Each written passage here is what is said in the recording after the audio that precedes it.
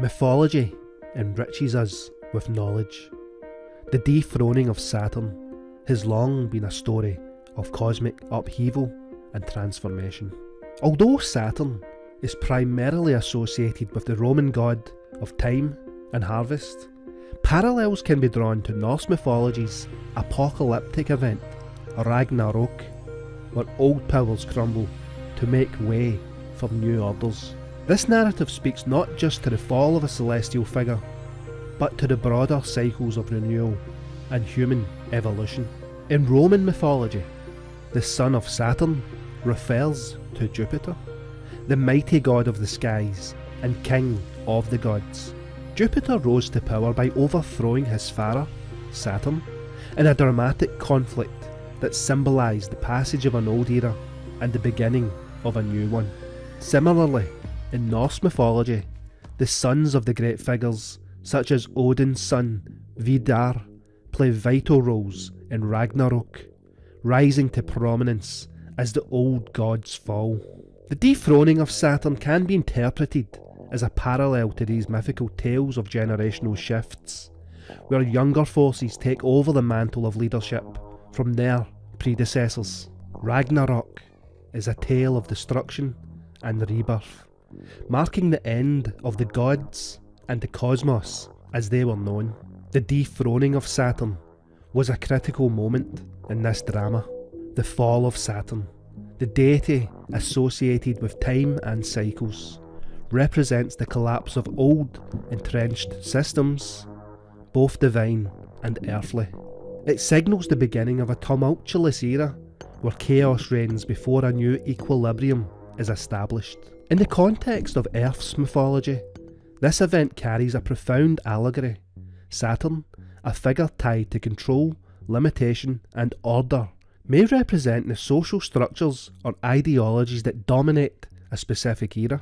The rise of Jupiter, or the next generation of deities, signifies the breaking of these bonds and the birth of innovation, freedom and progress. Ragnarok, therefore, becomes a metaphor for transformation, a harbinger of endings that makes way for new beginnings. For Earthlings, the dethroning of Saturn during Ragnarok serves as both a warning and an opportunity. On one hand, it illustrates the inevitability of change, often marked by upheaval and destruction. On the other hand, it offers hope for renewal and growth.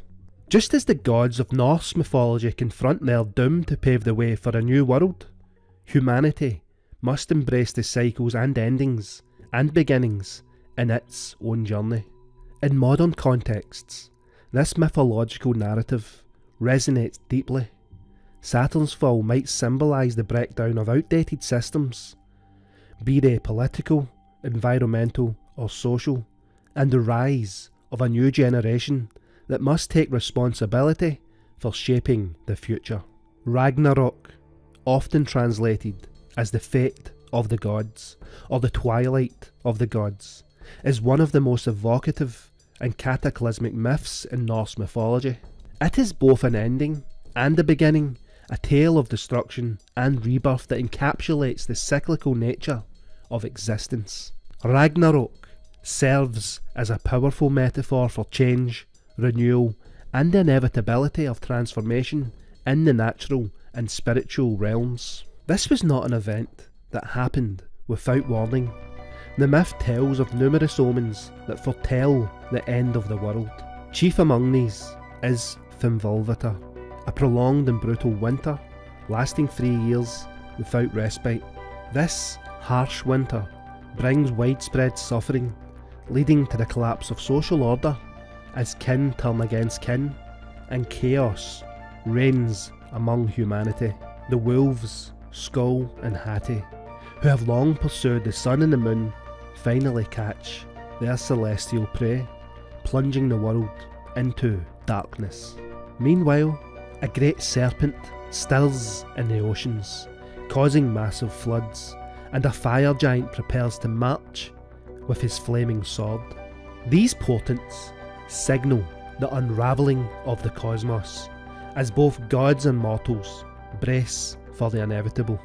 At the heart of Ragnarok lies an epic battle between the forces of order and chaos. Odin, the All-Farer, gathers the gods and the fallen warriors of Valhalla to face their enemies. The battlefield is Vigrid, a vast plain where gods, giants and monsters clash in a final confrontation. Odin himself falls to Fenrir, the monstrous wolf, but not before fighting valiantly, for the thunder god manages to slay the giant serpent, but succumbs to its venom shortly after. Loki, the trickster god, the watchman of the gods, meet their end in mutual killing. Finally, Surtur unleashes a fire so immense that it consumes the world and reduces it to ashes. Despite the widespread destruction, Ragnarok is not the ultimate end. From the ashes of the old world, a new one begins to emerge. Two human survivors take refuge in the sacred tree Yggdrasil, and they become the progenitors of a renewed humanity.